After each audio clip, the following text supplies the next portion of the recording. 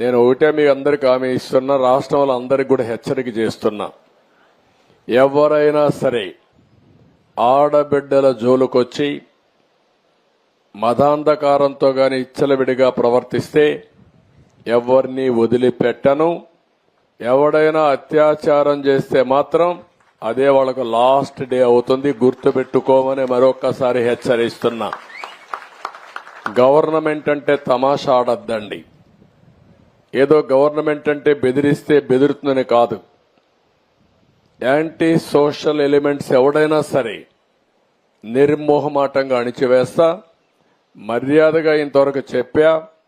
ఎవరైనా కైపెక్కి లేకుంటే గంజాయి తినేసి తాగేసి లేకుంటే మద్యం తాగేసి ఇష్టానుసారంగా చేస్తే మాత్రం తీవ్ర పరిణామాలుంటాయి. మొన్నటి వరకు నేను ఎందుకంటే స్లోగా బిల్డ్